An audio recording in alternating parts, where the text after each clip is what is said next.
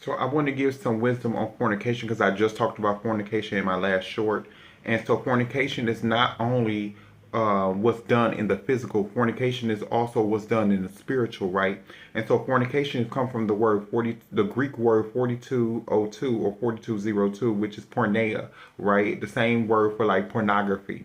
And it means immorality, it means fornication, it means sexual immorality, it means unchastity, right? And it also means prostitution, including adultery, incest, and porn.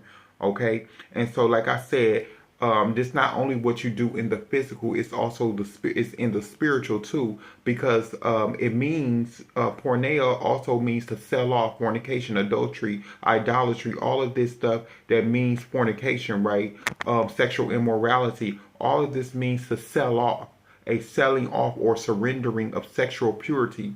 Our sexual purity is supposed to be holiness and righteousness, and we are supposed to be married to our Creator and not committing promiscuity of any or every type. We're not supposed to be doing that.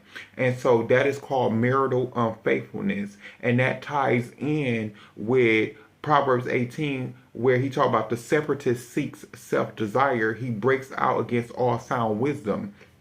Right. So when we are committing fornication, when we are committing sexual immorality, unchastity, when we're committing all this stuff, prostitution, adultery, incest, porn, we are stealing from Yah. And I'm going to break it down, right? So the separatist in idleness isolates him or herself from sound wisdom. We know that Yah said, flee from fornication, right? Because every sin that a man does is without. But he who commits fornication sins against his own self. And we know that also ties into that death and life are in the power of the tongue, and those who love it shall eat the fruit, the words, the deeds, the actions thereof. And it also goes into the book of James, where he talks about how the tongue is a small member, but it does great damage. It can destroy your whole life, your generation, it can destroy your life, right?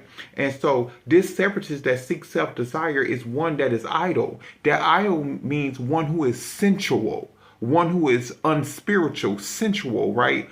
A degenerate, one who is unrepentant.